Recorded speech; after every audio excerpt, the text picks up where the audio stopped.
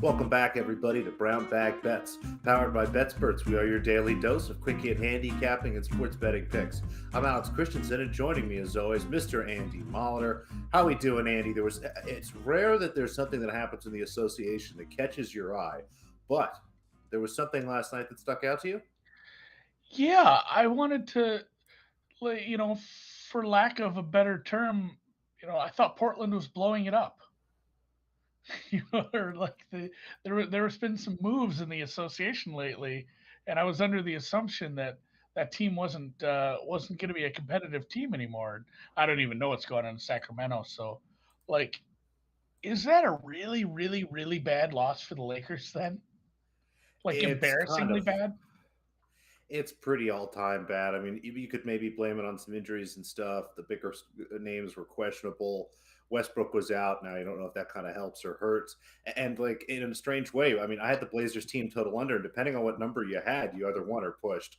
I think there might have been some 107s at some point, but they go under their team total, still win the game. You look at the Lakers, and the shooting numbers aren't that bad either. That's kind of the strange thing that sticks out. 45% from three, 55% from the field. They made seven of the 13 free throws they shot, but that's only a handful of points. I mean, in a way, that's the game. If you could make another 3-4 there, but you look at, kind of the turnovers and things, 21-11, they lost the turnover battle. Offensive rebounds, weren't able to get enough possessions back there. It's to lose to a Blazers team that I was kind of joking with some people on the Bet US NBA show, played guys like CJ Ellerby and Trenton Watford and Greg Brown III and oh, look at this. Kellen Blevins, the all-star likely squad of guys. I mean, I've never heard of those people before. I mean, the last name is the first time I've ever read that. So for the Lakers to lose to a team like that it's not great. Yeah, Blevins. You know what? Blevins had eight points in 10 minutes. Good for him. Plus five. Plus five. Let's go. Yeah, just following. I was kind of hoping we'd have another trade to talk about. Do you think that's going through? I know we saw there was somebody who knows the ball boy's uncle's grandma that used to work there in like 2007, and he had the inside track on the Philly trade. But when is the deadline? I just don't That's get. today. Okay, Today's the so deadline. I think it's 4 p.m. Eastern. Usually is when the deadline is. I can double check that. I'm sure Dan is actually doing that quickly. But yeah, the deadline's today. A few days ago, I would have told you there was almost no chance the Harden Simmons trade was going to happen. There didn't seem to be a lot of communication between the two teams, and there does seem to be some communication, but it's kind of through back channels. It's stuff like Harden wants to request a trade, but doesn't want to request a trade because he doesn't want anybody to know he requested a trade. The Nets are willing to trade James Harden for Ben Simmons, Tyrese Maxey, Matisse Thybulle, a first-round draft pick, and Daryl Morey's firstborn. Stuff that's obviously not going to happen. I mean, there was a report by Zach Lowe that James Harden, LaMarcus Aldridge stayed back today instead of going to the game. That could be injury rehab. It could mean they're getting moved. I mean, you look at the trade. If it is Harden and Aldridge, it's going to be Simmons and probably Thibault or Maxey, and then kind of some salary filler. So thanks, Dan. Yeah, 3 p.m. Eastern. We'll kind of know. The last few hours there will be kind of fun. As a Sixers fan, I it's was like just going to ask, what do you want to happen as someone who's actually been a lifelong Sixers fan? I really don't know because if it was 6 months ago and we did this, I'd have been thrilled. I mean, James Harden is the best player. I didn't think he would adapt to the free throw change as well, but he's still really good. I mean, he still has a chance to be kind of, a top 10 to 20 kind of guy in the NBA. I think he could fit well next to Embiid, running pick and rolls and things. I think it actually maybe works in kind of a slower paced offense that Harden doesn't mind playing. And Embiid is the cure all defensively. I mean, Seth Curry is not a negative on defense this year simply because he's standing in front of Joel Embiid the entire game. And it adds another shooter. It's kind of interesting, but Harden has just been awful this year. He's been struggling. He doesn't look like he's in great shape. He's struggling with a hamstring injury, which is never a great indicator. But at least we're taking a swing.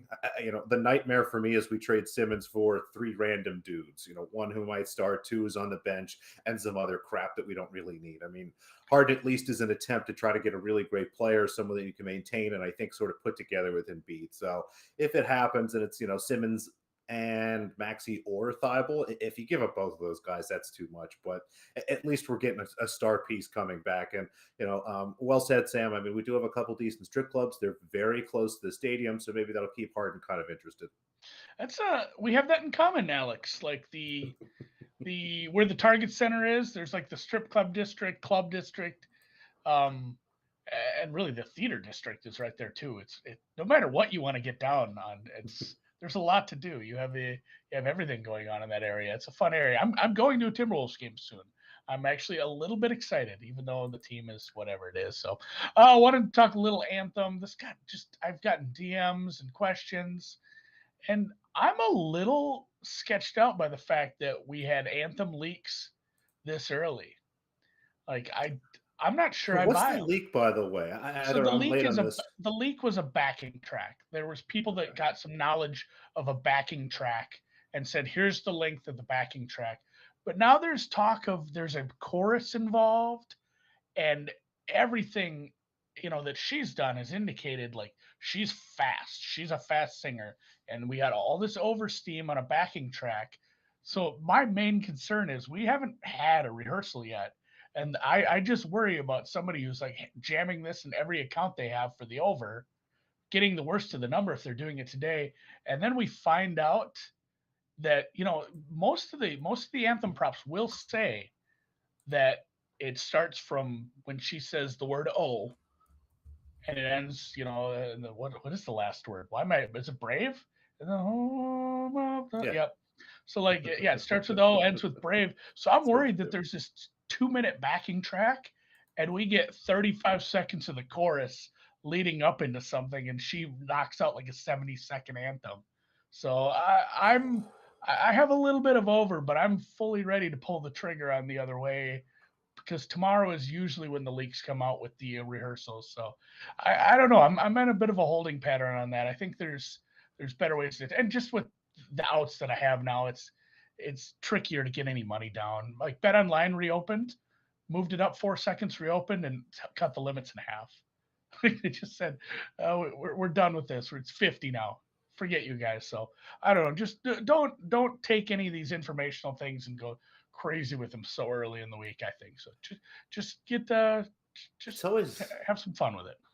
It's always so hard. I'll have to go back and watch her sing it a couple times. It's kind of hard to get through the anthem this quickly. Like you have to go on in almost with an intentionality. She's kind of speeding up the pace to do it. And then the other thing that I always struggle with is it's a TV broadcast. It's the most important TV broadcast of the entire year. My guess is they get a 2-minute window. I mean, you very rarely, if ever, see anybody go over 2 minutes. I think maybe like the all-time long, the last 5 to 10 years is like 210, maybe 205. So Yeah. I've always kind of had that constraint in my mind. And you look at it, the number right now, it's like well under 2 minutes, right? It's 104 seconds. So Yeah. 16 seconds under 2 minutes. I mean, you got And to kind of be it's been hustling, steamed up even so. right? It was I like lower what than you that. said though about the grading thing. I mean, we got to double check because you're right. If there's like some sort of big musical lead in, does that count? Does it not count? It's important stuff. And maybe that's something that I should talk about too. And before we get into some picks to close it out here, it's like really, really read the grading. And I'm gonna get on some books about this, I think, eventually, because some of the descriptions that they use for some of these novelty props is very ambiguous, and it's gonna be a problem. They're just creating more problems for themselves. The more clarity you can give at the beginning, the fewer complaints and problems you'll have at the end, because there was one where it's basically like to hit an upright. So there's all these props about hitting an upright. Well, is it an upright or a crossbar? Because if it's crossbar, you need to say crossbar. Those are different things. If you just say upright, it means uprights. And then you're going to have arguments when one bounces off the crossbar. And then a different one like that said a missed field goal, like off the crossbar. So like you're gonna have people just throwing a unholy fucking fit if it hits a crossbar or an upright and bounces through.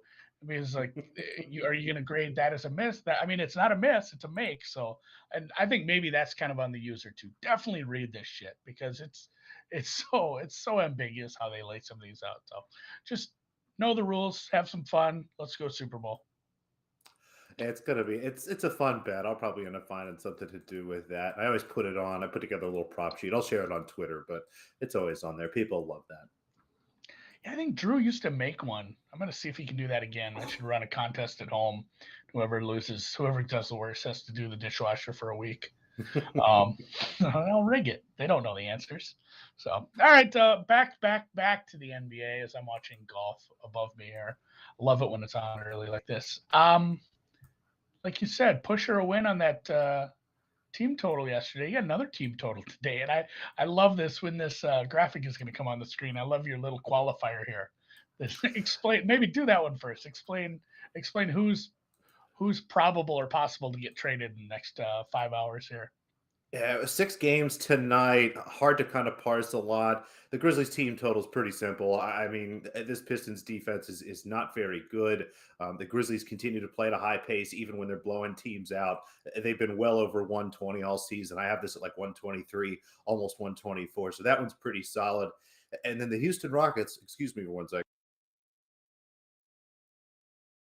I talked myself out of the sneeze. That's a lot of fun. The Houston Rockets here, a really nice spot for them. I like them +8, but I don't know what's going to happen today. The Raptors, there's a lot of talks about them maybe acquiring somebody or doing something. I kind of like the Rockets more there. Maybe the line will move a little bit, but the Rockets also have a lot of pieces. I don't know if they're going to be interested. They're definitely going to be willing to take offers for guys like Christian Wood, kind of important pieces like that. Does Eric Gordon get moved today? So I think that, given the amount of possibility, honestly, for both of these teams to kind of shift stuff around, I'm going to take the Rockets. I'm just going to wait.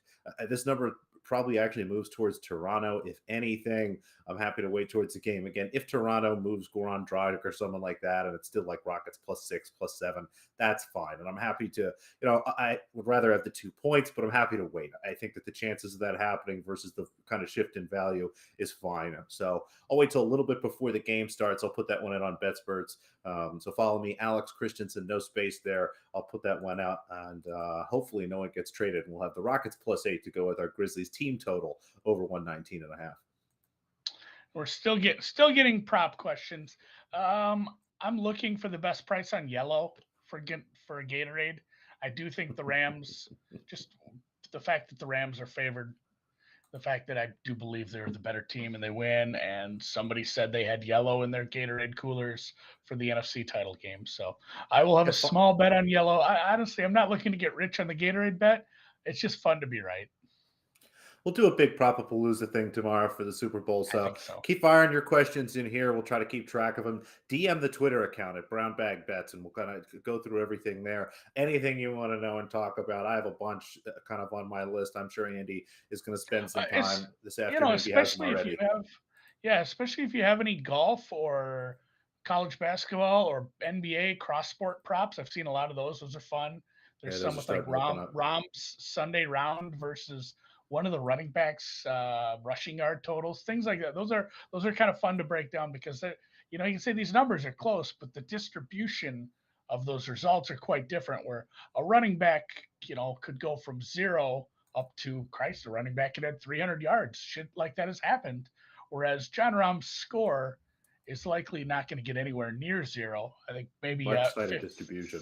59 is probably the limit. A little longer tail to the over if things get real squirrely and he gets hurt or something and starts spraying it into the water like people are. Those are very fun bets to break down. I think those are a lot of fun. So, yeah, put those in the tweet us or put them in the DMs at Brown Bag Bets. College basketball, just one so far. I'm going to work on a little more. I had a little trouble with the spreadsheet. It gave me some shit this morning. I had to fix some things. I need to get Somebody better at changed their R. website. Yeah, basically. And I'm trying to Moved a incorporate comma. a different spreadsheet into it. And oh my God, it was a disaster. I'm pretty sure I just broke everything. So, but I put it all back together and I landed on a Florida Atlantic University plus floor and a half. I can't say Florida and 4 at the same time. So Florida Atlantic tonight. Not a lot to say, other than I don't think Western Kentucky's all that good. That's who they're playing. So I don't have a real strong breakdown in this. Western Kentucky won the football game 52-17 if you wanted a stat on that. But that is my only look so far tonight in the Conference USA. So, and Florida, I hate doing this when Florida, I think they're like 3 or 4 straight wins here. You're buying. It sucks when you're buying on a team that's probably a little higher in the market. I would have liked to get a bigger number, but I have this game closer to a pick 'em, and I really think they keep this close even on the road here. So let's go Owls. I'm gonna call it the Owls. Just that I don't one. know. I'll put it on BetSperts right now. Yeah, Bellarmine was something. So Alex, I had a 2 point favorite yesterday, and they were up by one with a handful of seconds left, and the other team obviously fouled them, and they made both their free throws to go up by three. What do you do when you're up by three and the other team has 3 seconds? You hit whoever has the ball as hard as you can on the hands with two arms downward like that.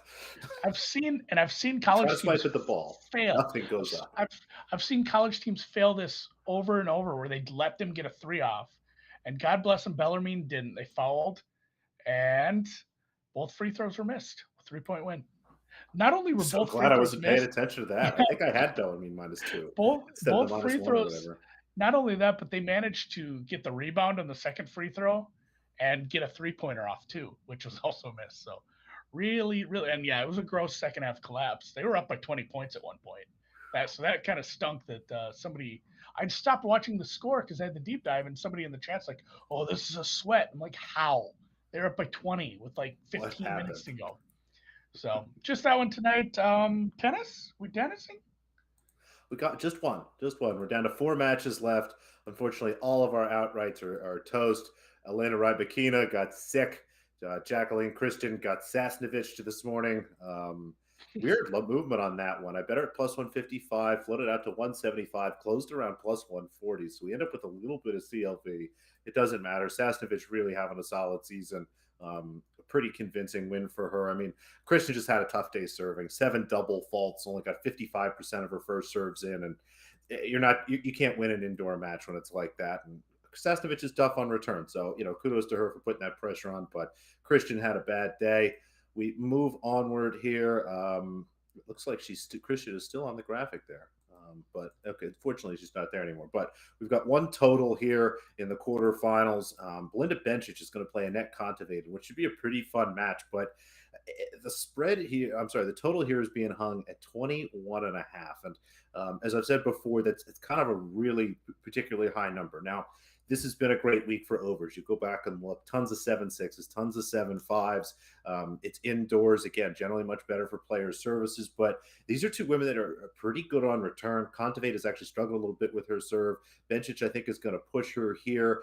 I thought about maybe Bencic here as an underdog, but at the end of the day, I look at this, and more often than not, I think we're looking at kind of a 6-4, 6-3, 7-5, 6-3 kind of scenario here. Just really hard for me to get this to 22 games unless it goes 3 sets. Again, it's going to be a competitive match here. I think that we'll be able to avoid the 3-setter here. Kontaveit has just been really good, and the last couple times she's really kind of taken advantage of Bencic, who has a lot of variety and maybe is a little bit of a smarter player, but Kontaveit's learning how to kind of control her power a little bit and work through it. So under 21.5 games in the Bencic Kontaveit match for us. I'm down.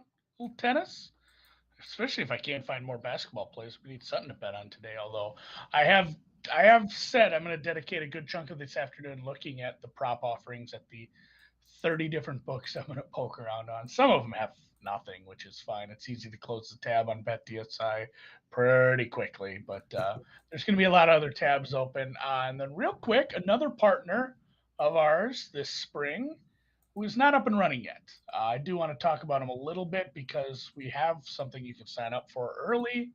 But Alex, and I'm just going to pose this to you: why do sportsbooks charge VIG?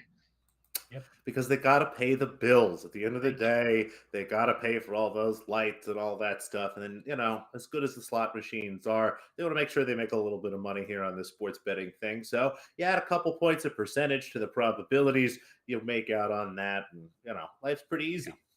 Life's free. Yeah, they need They need to pay for the risk they're taking. They need to pay for all the traders.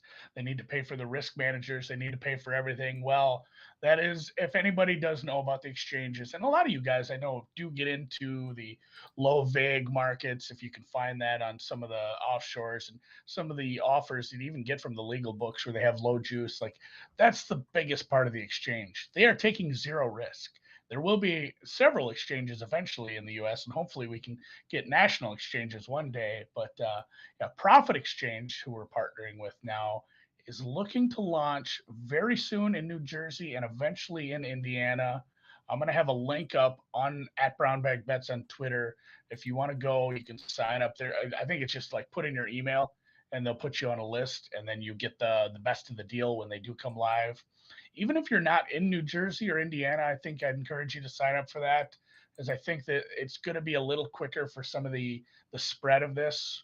The regulatory stuff is a lot easier now that like 30 states are live and they can just start popping state to state. So they've said there's going to be some better deposit matches and better deals for the people that get on the early list. Like I said, I'll put a link up, but yeah, basically they aren't taking any risk. You're betting against someone else. You're betting against a peer. So you get very, very, very low vig on an exchange. Maybe we'll talk about exchanges a little more once it's up and running, I think. But anyone who likes to bet alt spreads, alt overs, things like that, you don't have to go find it. You just make an offer on it. You want to bet Rams -10? You put in Rams -10 and make an offer on the price. And if somebody matches you, then you're betting it. So there are a lot of nice advantages. And yes, it will be nice to augment the sportsbook landscape and the exchange. So Profit Exchange, that is one of our new partners. Like I said, check it out. I will tweet it out here after we get off the show and you can take a look at it. Yeah, it's really fun. It's a great way to sort of cross bet, basically, is what you're doing. And like you said, Andy, you go out, you make an offer. Say for the Super Bowl here, you were hoping for Bengals plus 170. You go out, make an offer for Bengals plus 170. If somebody wants minus 170 on the Rams, which actually is a pretty decent price, they can come in and effectively take your ticket. It's not only a good way to save juice, but a way to access, frankly, a whole different set of lines. I'm curious to see kind of how that balances things out, how that works. But it's a really nice kind of pure platform.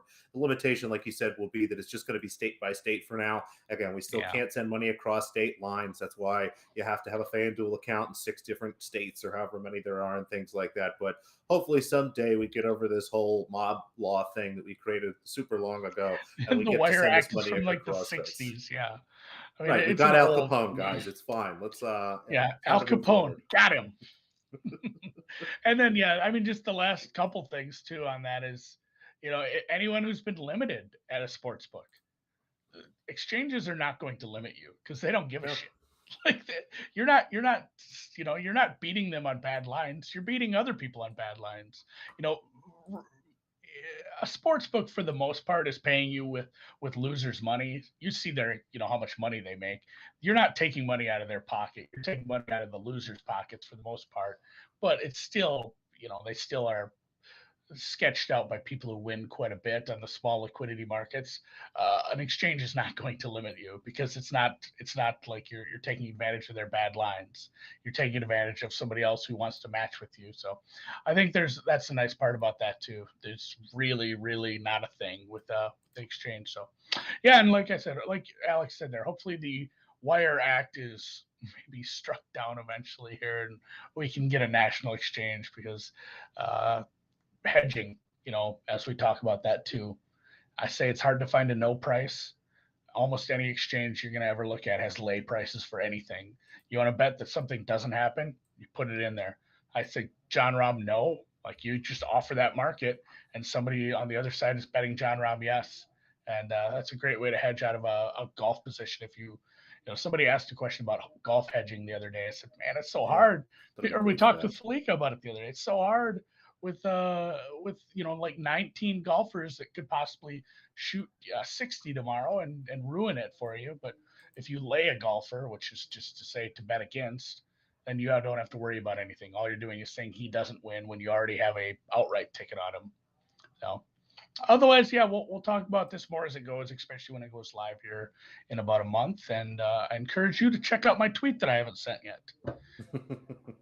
Yeah, it's And if exciting. you Like you said, it'll be a fun way to kind of generate your own stuff. I mean, if you don't have access to kind of niche things, put something out. Now you have to rely on somebody else being in there to go get it. But I think as it kind of builds and grows, it'll be a really fun way again to access not just whole new markets, but whole new sets of prices. oh yeah, for sure. So, all right, give it a thumbs up right now before you leave if you made it this far. And come back tomorrow as we go heavy. Let's do heavy prop tomorrow. I'm excited Oh about yeah, that. we'll Basically, rip through the other stuff right to any question props. that went in the live chat that we didn't get to, any question that's on our Twitter, in our DMs, any ones we come up with in the next day, we'll talk about tomorrow. Love it.